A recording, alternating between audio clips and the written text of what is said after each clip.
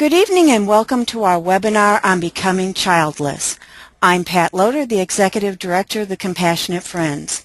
Before we begin, let me mention that all attendees are in listen-only mode. To ask a question, you will need to type it into your question area on your screen's control panel. To get to the control panel, click on the orange arrow on the top right side of your screen. Our presenter will be taking questions at the end of her presentation, and we will do our very best to get to as many questions as possible. Our presenter this evening is Marie Levine, who has been a presenter or a speaker and a workshop presenter at TCF National Conferences for many years. She is also an author of 2 books, First You Die, Learn to Live After the Death of a Child, and The Tincture of Time, Restoration After the Death of a Child. But her most important recognition and title is she's Peter's mom. Welcome, Marie. Thank you, Pat. And thank you for inviting me to share my experience with so many of our compassionate friends. My credentials are only my own experience. I'm expert only insofar as having survived the loss of my only child and having listened to the stories of so many of our fellow travelers for almost 2 decades.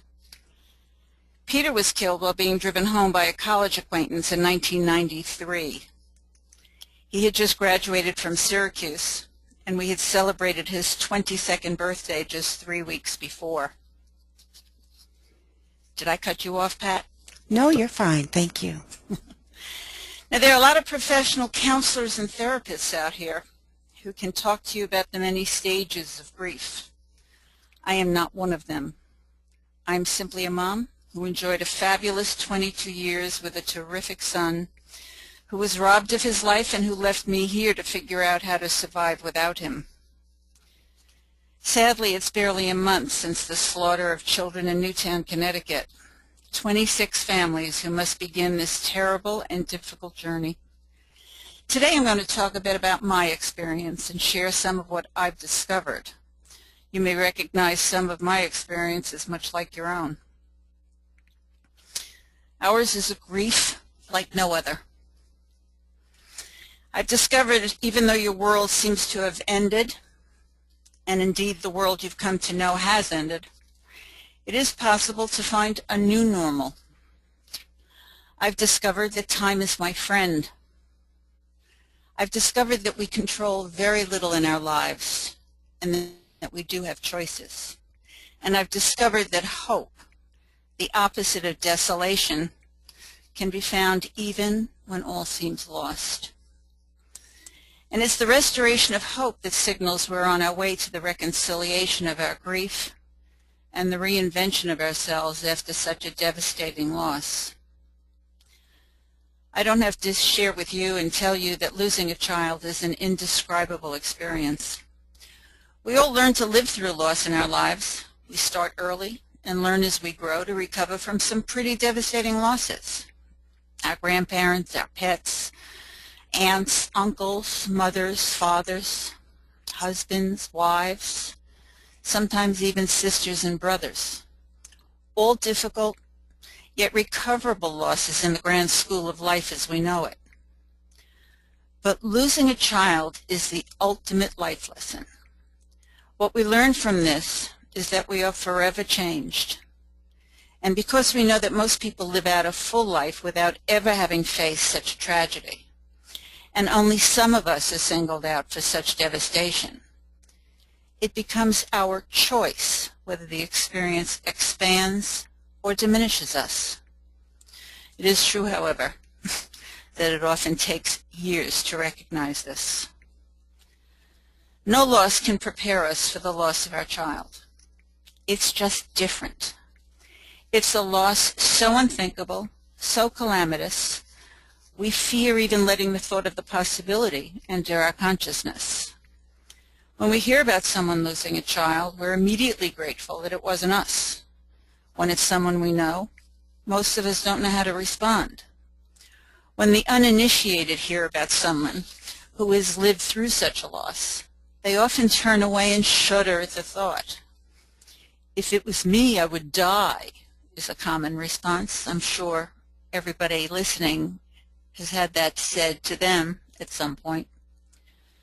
Today, I believe that most people would agree that the worst loss is that of a child.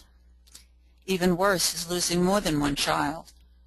And still worse is the loss of all one's children or one's only child, becoming childless. Well, we know you do not die from this. In the beginning, we often think we want to, but we really only want to be with our child, and we're desperate to stop the pain, but we survive, and we learn how to live a whole new life. After the loss of an only child, or sadly all of one's children, those initial struggles for survival take on a somewhat complicated shape. I call it the difference between a pound of feathers and a pound of lead. They both weigh the same, just as our grief, whether for one child or all our children, weighs the same.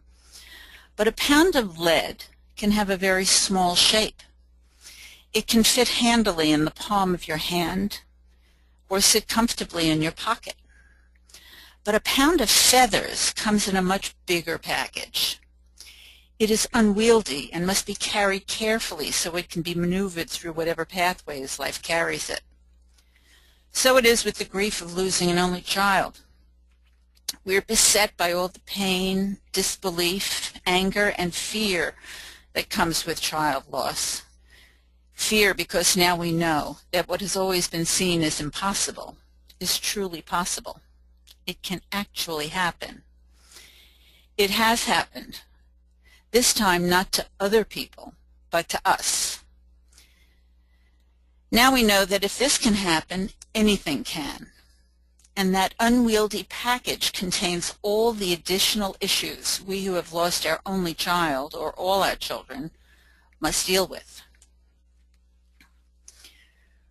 Early grief is a time of agonizing confusion.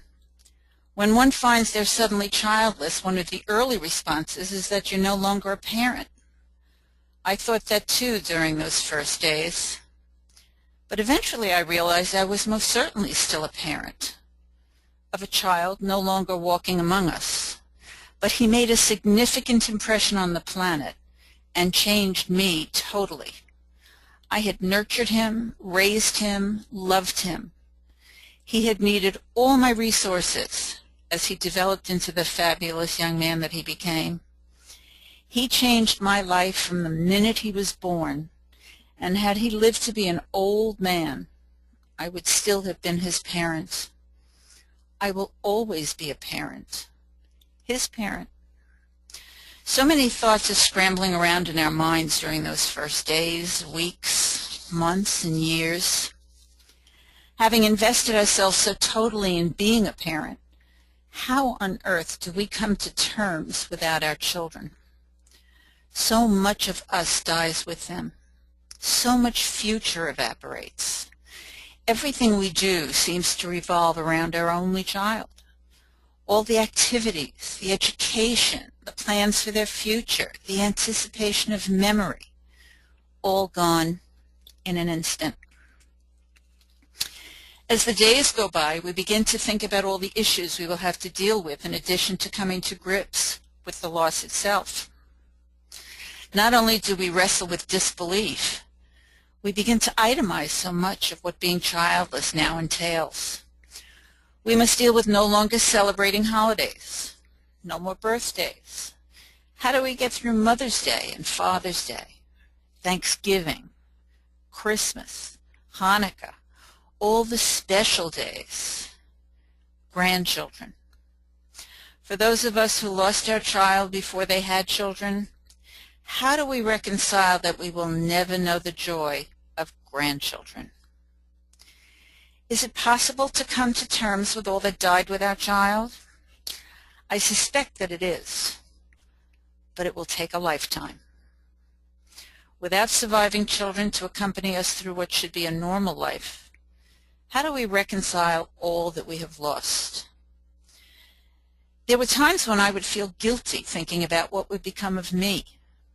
Why was I thinking about myself when it was Peter who had lost his life? But I soon realized that, sure, he had lost it all. Then again, so had I. The me that was had died that day. A new me was going to come out of all this. I had no idea how that would happen, and truth be told, I didn't think it could happen. But taking one tiny step at a time, I consider myself fortunate to have changed into the me that is now. It's an ongoing process. I continue to change even while I continue to discover the gigantic, ongoing impact the loss of Peter has had on my life. In the beginning, I had to deal with Peter's things. During the earliest days, many of his favorite articles of clothing were distributed to his friends and his cousins. His workout equipment went to a couple of young boys who were neighbors. His diplomas, yearbooks, school photos, baseball cards, stamp and coin collections. His music collection, which is prehistoric now since it's all tapes. His stereo, all remain in his room. I've yet to figure out how to remove them. And yes, though he's gone almost 20 years, and I spend most of my time there, it is still Peter's room. The photo albums present an even more difficult challenge. With no other family and no descendants, I am left to wonder, at what point in my life must I consider disposing of these? The same goes for all the knickknacks inherited from my grandparents and my parents, all destined now for some future vintage resting place. I know they're only things, stuff of no importance, but it's still another part of the loss, something I must deal with because Peter is no longer here to close up my life. In thinking about the loss, it is the loss of an anticipated future that brings on the hopelessness. We spend most of our lives anticipating and working towards a future we desire. By the time we become parents, we can see our future in our mind's eye, and it is always perfect. We always achieve the life we hope for, or pretty close to it in our mind's eye. It's where hope lives. When we lose a child, all that we envision for our future dissolves. We are bereft not only for our child, but for the future that child promised. No more birthday or holiday celebrations. No more shopping for presents. No more listening to the events of his day. No more buying his favorite foods or cooking his favorite dinner or baking his favorite treats. No more photos. No more phone calls. No more plans. No more being as important as a mother is to a child. Peter was my future. I had lost my future. From there, the losses began to pile up. A daughter-in-law, a wedding, that first dance, grandchildren, a comfortable old age surrounded by my expanding family, unconditional love, someone to leave everything to, all gone in an instant. Not to mention the collateral damage, the people in my life who would be no longer able or willing to cope with my torment and who would drift away and out of my life. Some were family as well. I was clearly in uncharted territory. Or was I? I felt like I had landed in an uninhabited alien land. I set out to try and understand where I was. I began to read. I read everything I could on death and dying, especially books written by parents who had lost their children. I became a prolific journaler, making entries several times a day. Whenever thoughts of desperation and anger filled my mind, which was often, I would open my journal and write to God, to Peter, to the faiths. My journaling ultimately led to my column and becoming the editor of our chapter newsletter. And it was the response of those who read what I was writing that led to writing my first book, First You Die.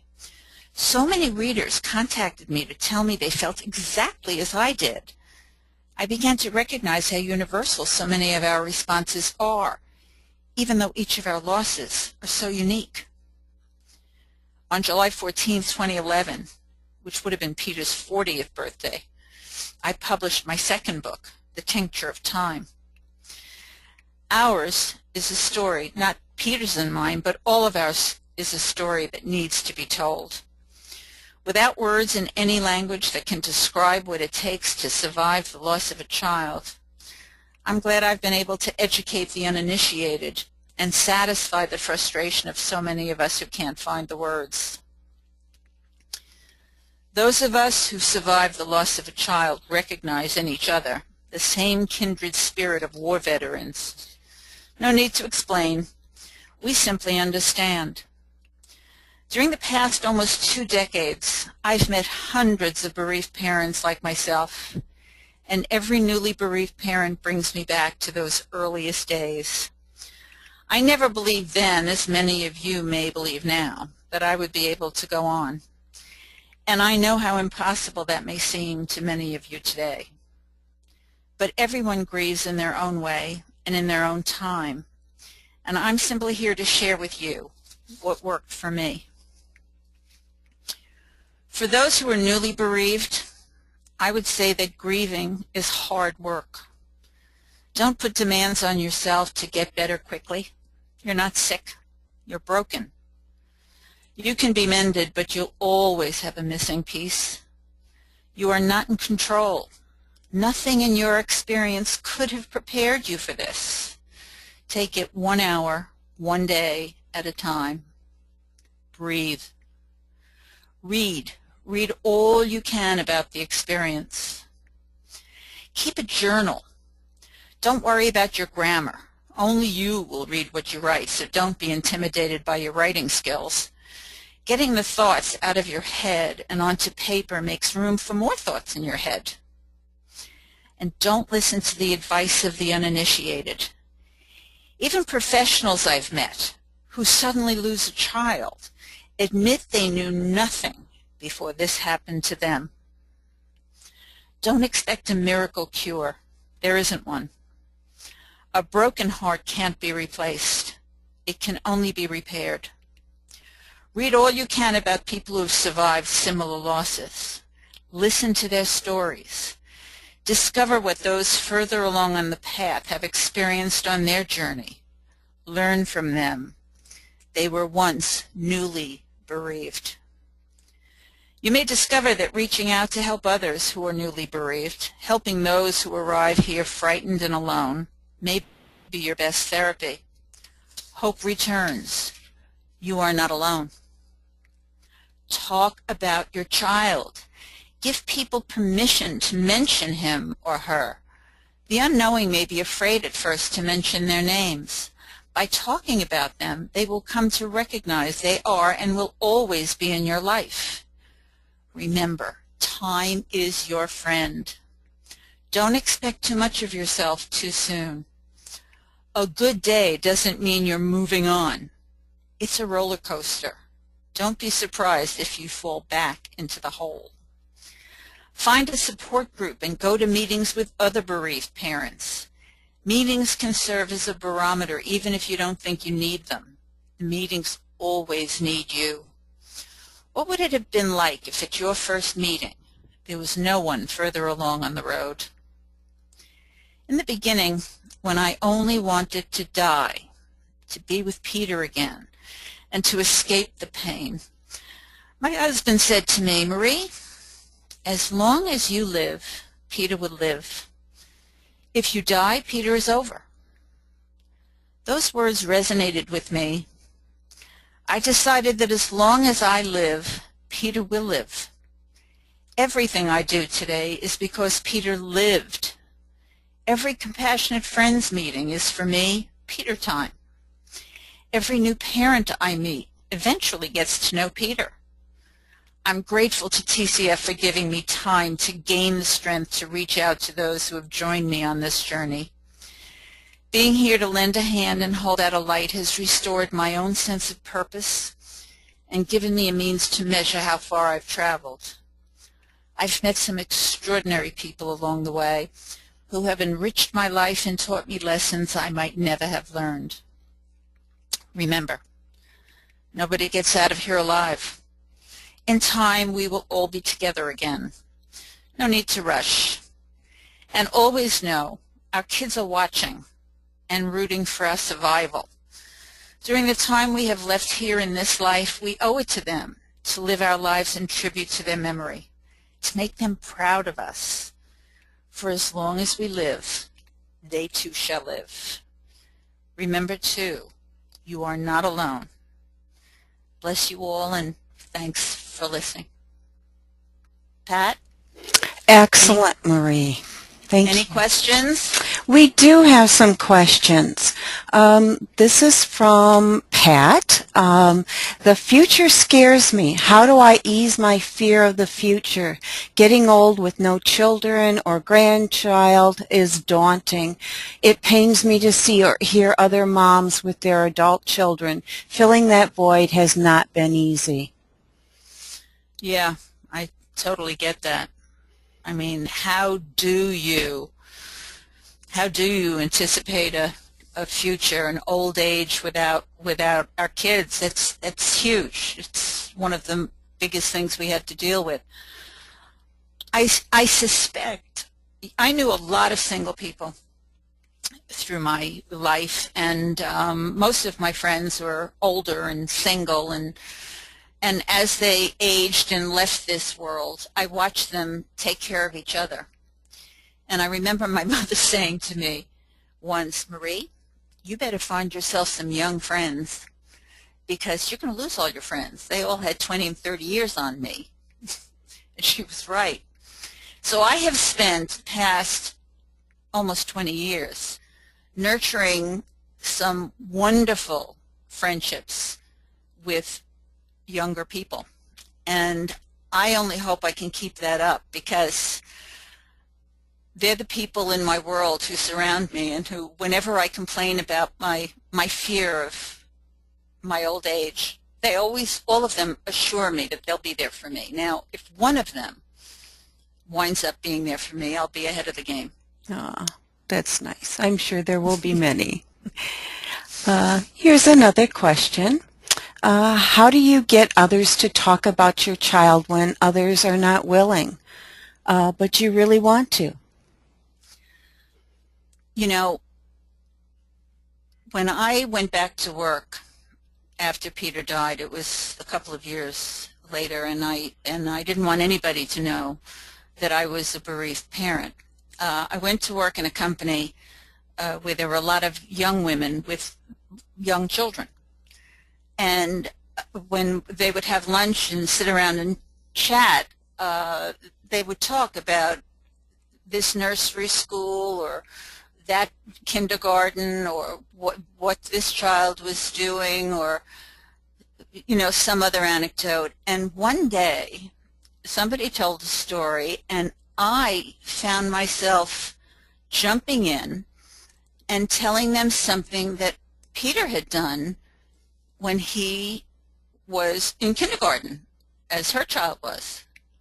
And I realized that Peter lived for 22 years. So I had 22 years worth of stories to share. So I could talk about a 5-year-old, I could talk about a 7-year-old, I could talk about a 10-year-old, I could talk about a 13-year-old. I can't talk about a 25 or a 30 or a 40-year-old. But whenever I had an opportunity to participate in one of those conversations, I did. And people came to understand that it was all right to mention their children around me. They didn't hide, and they were receptive to my stories as well as their own. So I gave them permission. I don't try to talk about Peter to anyone who's not interested in listening. And I still have difficulty when people start talking about their grandchildren. I usually pull myself out of the conversation and walk away because it's just too difficult. Sure, sure. Another question? Does the pain ever stop being so very gut-wrenching? I feel physically the loss of my daughter. Sure, sure. A lot of people ask me, when did I first notice? And I can't answer the question. All I can say from here is that, yes, it gets different. It gets different. That gut-wrenching, physical, and it is physical, that physical pain does ease. Doesn't mean you're getting better, you're not sick, but it does. I always refer to our meetings and our conversations and our sharing sessions as a pain management course. Because, you know, it's almost, I think it's talk therapy, I'm not sure, but after years and years and years of sharing and talking and discovering that what I'm feeling is not unique to me, it becomes easier to bear all the sensations. It just gets easier. Yeah. How do we deal with photos of our children that that show them happy, smiling, healthy, and so much alive? Well, I'll tell you how I deal with it. You know, everybody is different, but I just plaster every place that I can with pictures of Peter at various different stages of his life, healthy, smiling, and alive. I mean, that's how I remember him. That's how I think of him. Every picture can bring me back to the moment.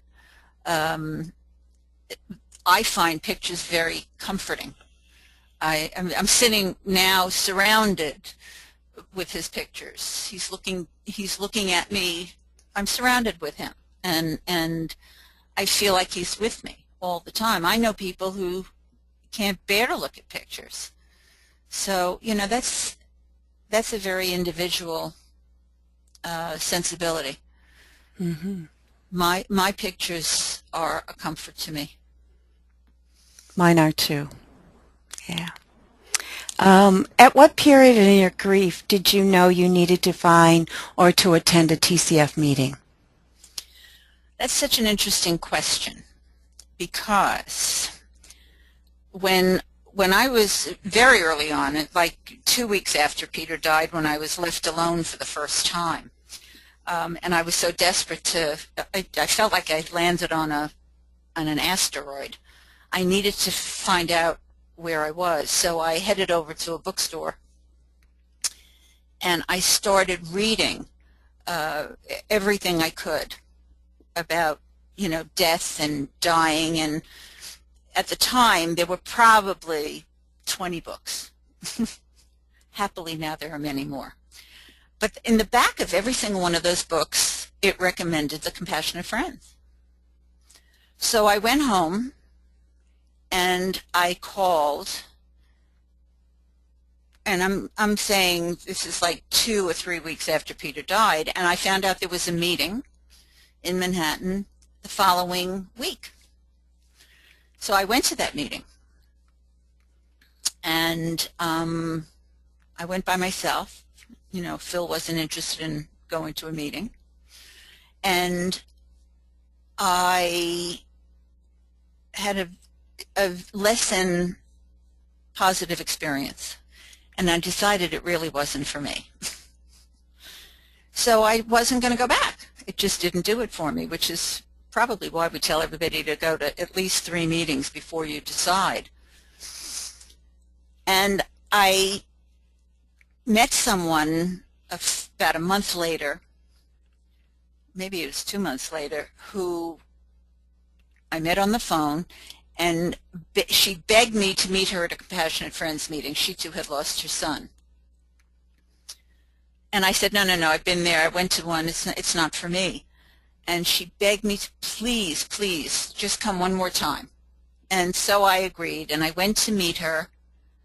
And she wound up being one of the reasons why I didn't like the meeting, because she was at that first meeting that I had gone to, and she was like 4 days into her grief, and she was beyond grieving. But we recognized each other, and at that second meeting, which was like 3 months after my first, it clicked for me. Mm-hmm. And the rest is history.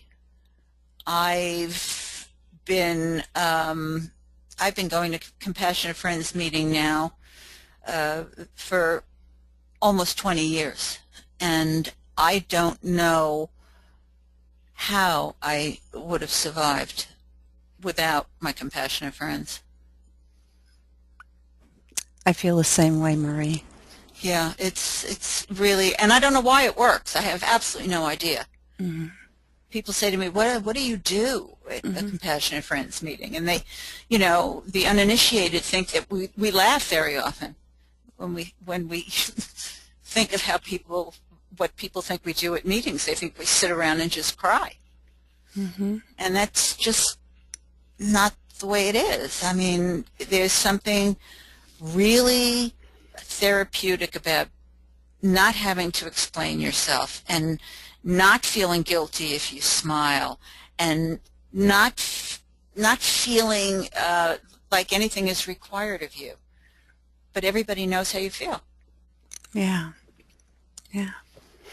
I'm going to ask if you would please advance your slides so that we can see your books that you've written. Oh, sorry about that. That's okay. But I am going to keep on with the questions if you don't mind. But I wanted to have your books up there so that people could see them. Does TCF sanction meetings specifically for parents with no surviving children? Well, I don't know what that question really means, sanctioning. In our Manhattan chapter, we have sharing groups. Manhattan is a very big area. We have a fairly large meeting. And so what we do is we break up into smaller sharing groups after we do the initial, go-around introductions. And very often, depending on how many people are in attendance, very often we'll have, 5 or 6 parents with no surviving children. So we do have a sharing session for childless parents, or recently childless parents, newly childless parents. And it's helpful because we have issues to deal with that are over and above the natural process of grieving. Mm-hmm. So, Pat, does that question mean to you, sanctioning? Well, we do have groups that are for no surviving children as part of their the main chapter. There are subgroups out there for for parents of no surviving children. So yes, the answer would be. And what about Alive Alone? Yes, that's another. People should be encouraged to check out Alive Alone. Absolutely. Kay's got a newsletter for childless parents, and she's done an amazing job with that. She was really probably the first one to separate that out as a category of grief that needed some special attention. Yeah. So she certainly helped me. She's did an amazing thing. She's quite a gal. Yeah. And she said that she is hoping to be at Boston. That's good. Excellent. Will be great. Yeah. This one says, 20 years, you are an inspiration. I lost my son 7.5 years ago and have done much to help others. Sometimes I hate the pitiful faces I receive when I mention that I'll never have grandchildren, but then there are lots of childless parents in the world who couldn't have children. How do we overcome the sad faces? My cousin has no children, and she once said that to me, almost as if, why am I making such a big deal over being childless? You know, people choose to not have children. A lot of people don't have children. Well, that's fine, and that's their choice. But we who had a child or lost all our children, we didn't plan for this. This is totally unexpected. Our hopes and dreams and our future was predicated on our own desires. We chose to have a child and to make that the focus of our lives, and all that having children implies, meaning they're going to grow up and they're going to be there in our old age, and they're going to have children who are going to take the memory of us into a future that we're not going to know. Well, we've been deprived of all that, not by choice. It's been forced upon us. Mm-hmm. So I don't think that we compare to those who choose not to have children. I think it's fine if you choose not to have children. But that wasn't my choice. Mm-hmm. Okay, how do you deal with anger and resentment concerning the circumstances of the death? You know, I just wrote a piece about that. When we first of all, when it comes to anger, they used to call me in the chapter the last angry woman, because my anger was so total, and I was so verbal and angry at everything and everyone. It was wonderful. I loved my anger. I'm afraid it's been tempered greatly. You know, it's very hard for me to get that angry anymore. I guess I used up all the energy, but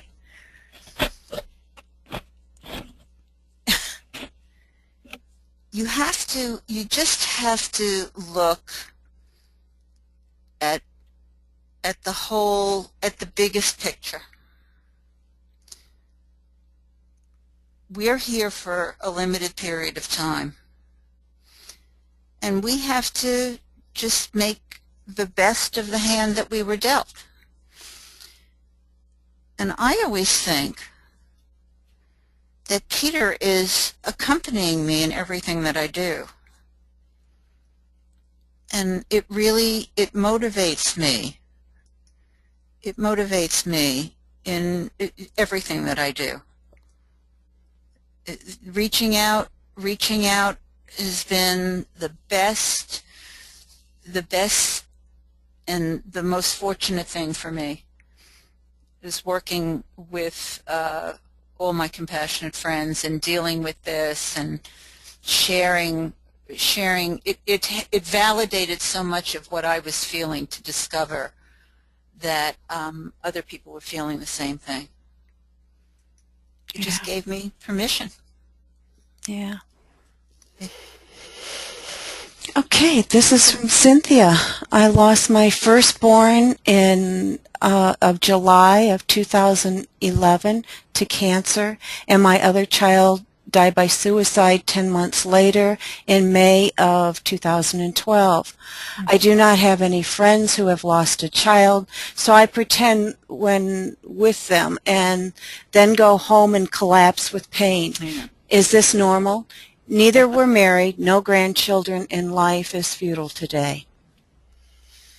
Yeah, I get that. I get that. It's very, very difficult to be with people who live what we would call an ordinary life, have included in that life, they have a future, you know, and everything, the way they've lived, they've got this future in their mind. And we've had our future extinguished. So where choice becomes available to us is, and it comes really down the road, because the truth is, your losses, Cynthia's losses in 2012, are so fresh and so raw, that to even hope to be feeling reconstituted is a way down the road. Her job right now is just to be kind to herself, and to remember time is her friend. But ultimately, to reach out to other childless parents or ex-parents where you have a mutually agreeable circumstance. And you'll find with people who are dealing with similar experiences that you can get outside of those experiences and ultimately start to re-engage in the activities that life offers. Mm-hmm. Grieving is hard work in that way, and you must give yourself as much time as you need, but you also have to be aware that sometimes it's not a bad thing to try to move a little outside of that despair, just for an hour. Mm-hmm. Not to put too much pressure on yourself, but to just have in your mind that we're all in the process of reinventing ourselves, because the self that we were, that self is gone. So somebody different is going to come out of this, and you want it to be somebody who you like. Very true. Very true. This is an interesting question. It says, how many childless parents are on this webinar? I feel so singled out for this tragedy. I will tell you that 440 childless parents signed up for this webinar. So you are not alone in being a childless parent now. So, I don't know who sent that question in, but I would hope that whoever that was manages to come to a conference, and the conference in Boston this summer. The conferences are incredible for all of the family. We are all family now. We are connected by war. Mm-hmm. We are connected like soldiers. We've been in the trenches together. And when you go to a conference, and the entire world, that whole hotel, is filled with people who are struggling with this loss, this experience, and amongst them are so many people who no longer have children, who've lost either one or more of their children, and so many workshops. I understand we're going to have even more workshops this summer. Mm-hmm. for childless parents. That, I think, will be the most healing and eye-opening experience of all. Anybody with no children who can make it to the conference will find a world that they've been longing for, because this is not something that people should go through alone. Definitely not. So a very healing experience to attend. It's amazing. It is amazing. I've made friends, I look forward to, it's terrible to say it, to a newly bereaved parent, this is going to sound very strange, but I've been going to conferences now for so many years, and I meet new people all the time, and I reunite with my old compassionate friends at every conference. So I look forward to going to finding out how all of the people who come to conferences all the time become so a part of your network. Mm-hmm. And the people you care about and who have stories to tell. And we all talk about our kids all the time. Mm-hmm. And there's nothing unusual about it. It's great. It's just it's like our world. And very, You've heard the expression, welcome to my world? mm-hmm. It's sad to the outside, but once you're at a conference, you can't even describe the feeling when you meet all these fabulous families. Very healing. Yeah, yeah, yeah. It's amazing. This question is from Susan, and she says, I find it really difficult when someone asks how many children I have. Mm-hmm. I can't say I don't have any, but at the same time, I don't want to make that person feel awkward by saying my only child passed away. Any suggestions?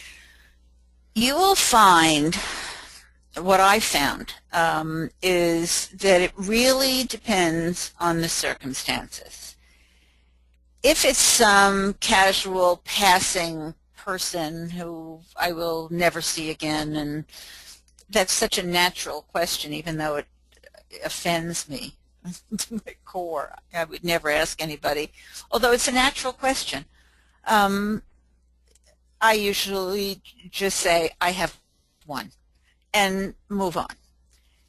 If it's somebody who I want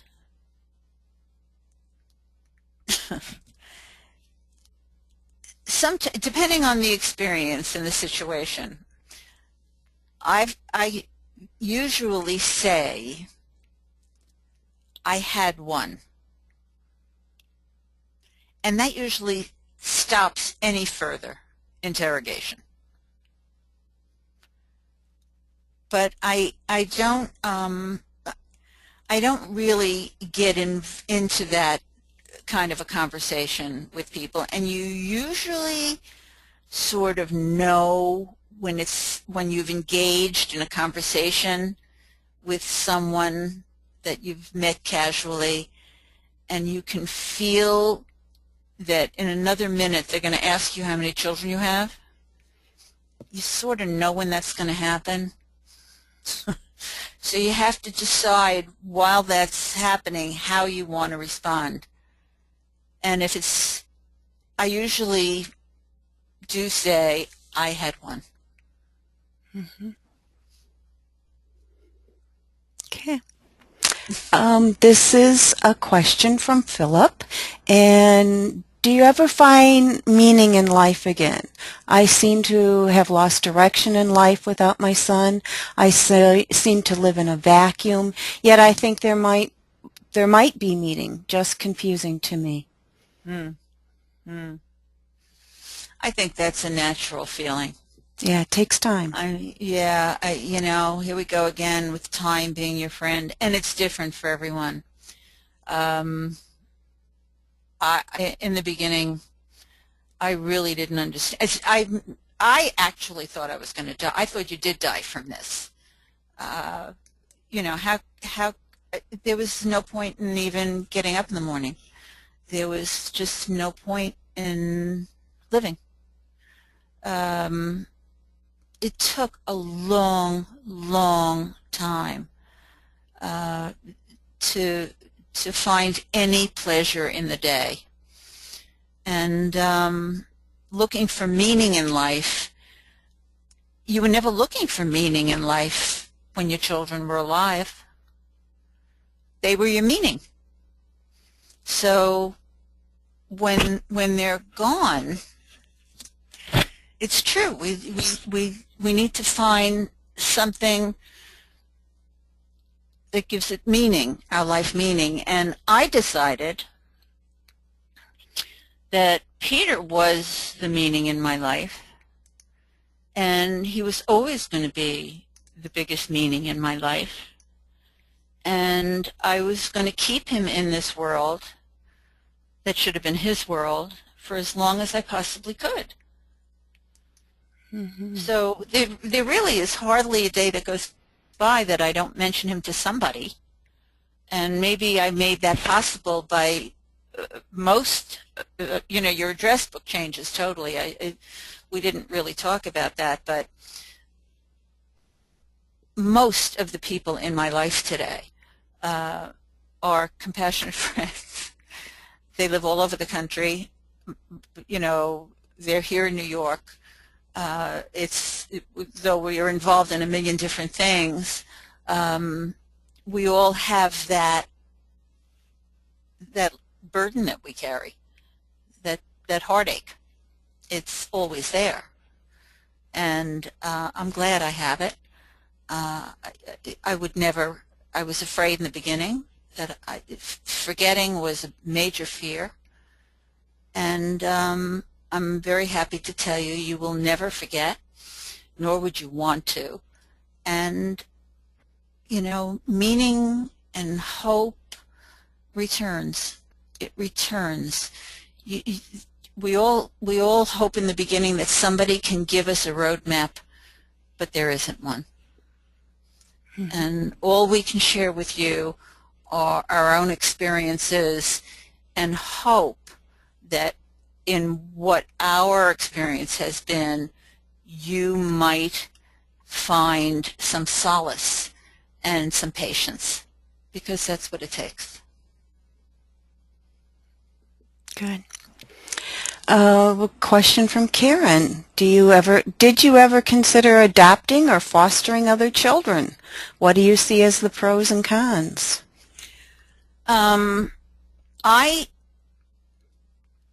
When Peter died, he was 22 years old.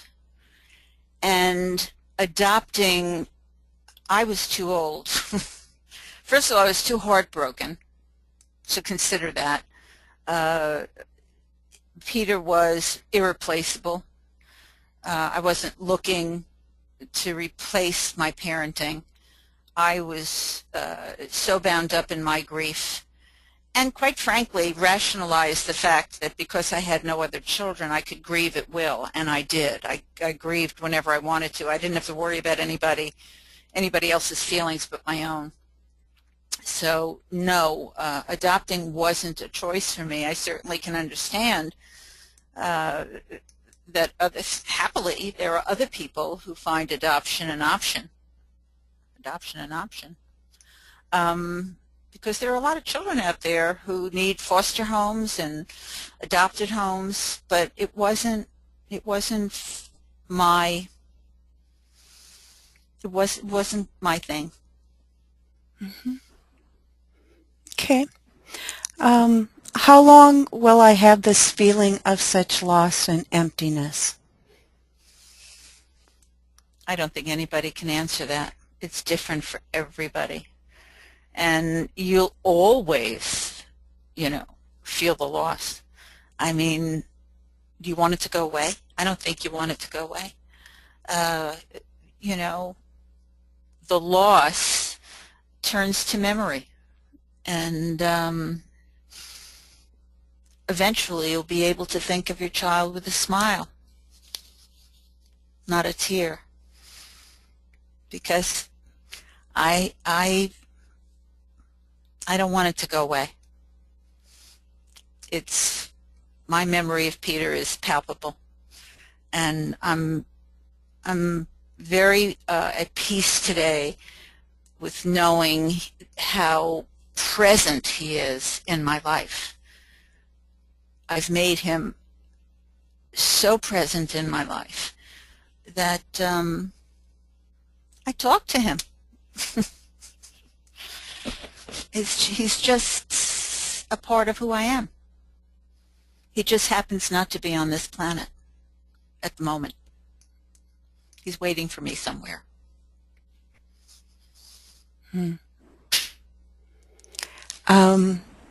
This is from Robin, and she said, I find it very painful to listen to parents who have lost one child tell stories of their surviving children.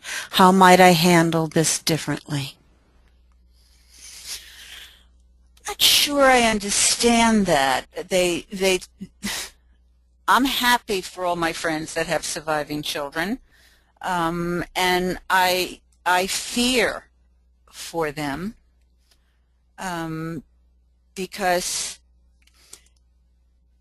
they still have possibility in their life. I have friends who've had a surviving child for a time, and then they had none. So, you know, all of life is a crapshoot.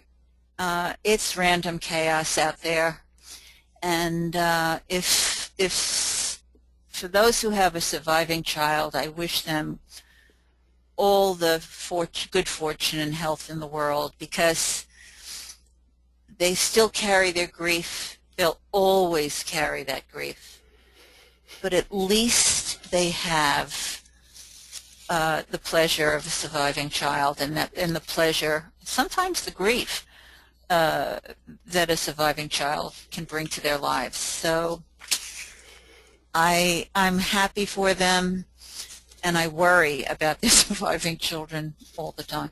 Mm-hmm. One last question, Marie. I worry about who will take care of me in my old age. Do you ever consider that? Every day. Every day. I'm going to a birthday party next Wednesday for my next-door neighbor, who's turning 99. Oh. And I see how her family cares for her. She's sharp as a tack. But you know, the engine is giving up. You know, it's difficult for her to get around. She has a companion now, but her family fawns over her, worries for her, cares for her, sends care. And I think all the time, who's going to do that for me? I don't know. I have to save my money. I'm going to have to pay for somebody to take care of me. Your TCF family will take care of you. My TCF family will take care of me. That's right. I guess so. You know, that's a fact of life. That's what makes our grief so complicated. Yes, I think of it all the time. Yeah. Okay, I'm just going to ask you, where can people get your books if they're interested? Well, the books are available. I mean, they can get them at Amazon. They can get them through Centering Corporation. Okay.